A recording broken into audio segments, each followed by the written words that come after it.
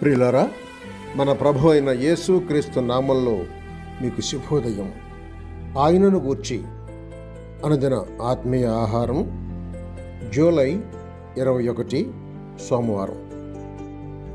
నేటి మన ధ్యాన లేఖనం దినవృత్తాంతములు మొదటి గ్రంథం 29వ అధ్యాయం 9వ వచనం.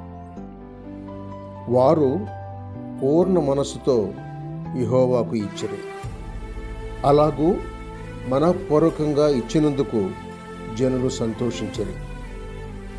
వ్యాఖ్యాన అంశం: ఆయనకు ఇచ్చుట గురించిన ముచ్చట. వ్యాఖ్యాన అంశం: ఆయనకు ఇచ్చుట గురించిన ముచ్చట. వ్యాఖ్యానం: ఇలాంటి మనఃపూర్వకమైన ఈవుల వలన దేవుడే సంతోషించటం కాకుండా ఇచ్చిన వారు కూడా మిక్కిలి సంతోషించినట్లు తెలుస్తోంది. ఒకటి, సణుగుకొనుటతో ఇచ్చినది కానీ, రెండవది బలవంతం క్రింద ఇచ్చినది కానీ 2వ కొరింథీ పత్రిక 9:7లో ఖండింపబడుతోంది. అంతేకాదు, మూడవది ఫలాని పెద్దవాడు వచ్చినప్పుడు ఆయన సముఖంలో ఇచ్చినది 1 కొరింథీ పత్రిక 16:2లో ఖండింపబడింది.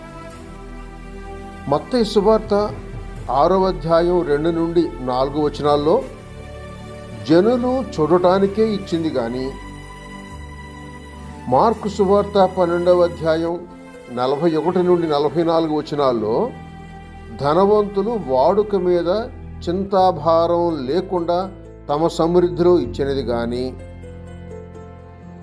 లూకా సువార్త 6వ అధ్యాయం 34వ వచనంలో మరలా పుచ్చుకోవాలని ఇచ్చినది కానీ, అపొస్తలుల కార్యముల గ్రంథం 5వ అధ్యాయం 2వ వచనం ప్రకారం ఇంటిలో కొంత దాచుకొని అంతయు ఇచ్చినట్లు సభవారి ఎదుట కపటముగా తెచ్చినది కానీ, ఇవన్నీ చేష్టలే కనుక వాటికి దూరంగా తొలగిపోండి.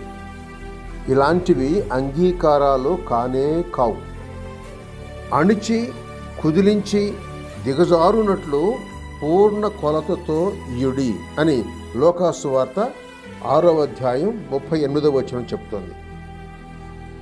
మీ శక్తి కొలది కాక మించి ఇవ్వమని 2వ కొరింథీ పత్రిక 8వ అధ్యాయం 4వ వచనం చెప్తోంది.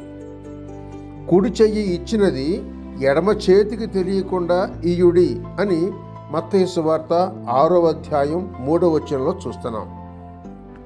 మాదిరిగా క్రీస్తుని పెట్టుకొని గొప్పగా ఇయుడి అని 2వ కొరింథీ పత్రిక 8వ అధ్యాయం 9వ వచనం చెప్తుంది. సహోదరుడు సైలస్ ఫాక్స్. శుభములతో వందనాలు.